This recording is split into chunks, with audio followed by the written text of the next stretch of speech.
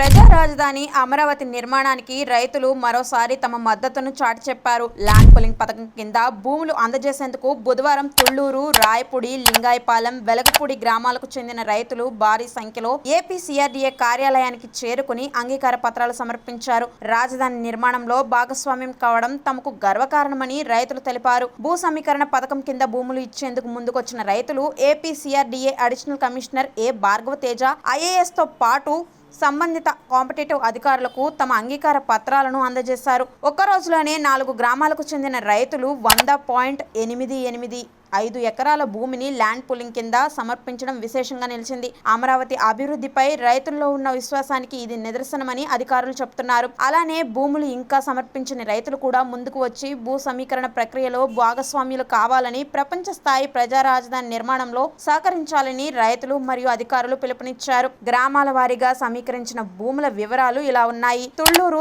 9.76 ఎకరాల భూమి, రాయపూడి 31.005 ఎకరాల భూమిని, అలాగే లింగాయపాలెం 16.90 ఎకరాల భూమిని, అలాగే వెలగపూడి 43.22 ఎకరాల భూమిని ఇచ్చారు. మొత్తంగా 100.885 ఎకరాల భూమి బుధవారం ల్యాండ్ పూలింగ్ పథకం కింద సమీకరించబడింది. రైతుల స్వచ్ఛంద భాగస్వామ్యంతో అమరావతి అభివృద్ధి మరింత వేగం అందుకుంటుందని ఏపీ సీఆర్డీఏ అధికారులు తెలిపారు.